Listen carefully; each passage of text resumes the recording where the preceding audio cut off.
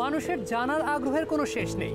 মহাবিশ্বের অজানা বিষয়গুলোকে জানতে এবং আমাদেরকে জানাতে নিয়মিতভাবে কাজ করে যাচ্ছেন বিজ্ঞানীরা। এবার জানবো মহাবিশ্বে ঘটে যাওয়া বেশ কিছু গুরুত্বপূর্ণ ঘটনা এবং বিজ্ঞান জগতের বেশ কিছু গুরুত্বপূর্ণ গবেষণার খবর।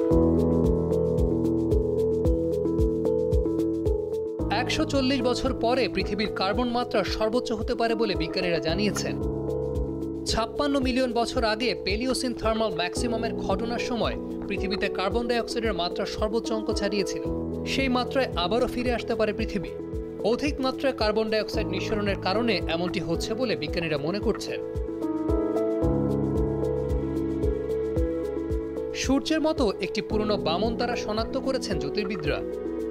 LSPM নামের ওই তারাটি ক্যাপ্রিকন তারামণ্ডল থেকে 145 আলোকবর্ষ দূরে অবস্থান করছে।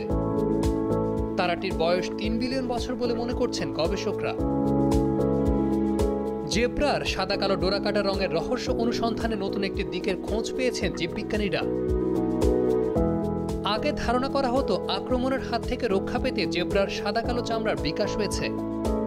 ক্যালিফোর্নিয়ার ডাভোস বিশ্ববিদ্যালয়ের গবেষকরা দাবি করছেন মশার আক্রমণের হাত থেকে বাঁচতেই বিকাশ হয়েছে জেব্রার ডোরাকাটা। গ্রাফিনের মাধ্যমে ন্যানো ইলেকট্রনিক্সের নতুন দিক উন্মোচন করেছেন ডেনমার্কের একদল বিজ্ঞানী। প্রায় 15 বছর ধরে মিরাকেলের ম্যাটেরিয়াল হিসেবে আলোচিত গ্রাফিনের মাধ্যমে ইলেকট্রনিক্স পণ্য নির্মাণের চেষ্টা করে আসছেন গবেষকরা। অবশেষে ন্যানো স্কেল পর্যায়ের ইলেকট্রনিক্স পণ্য নির্মাণের কৌশল আবিষ্কার করলেন তারা।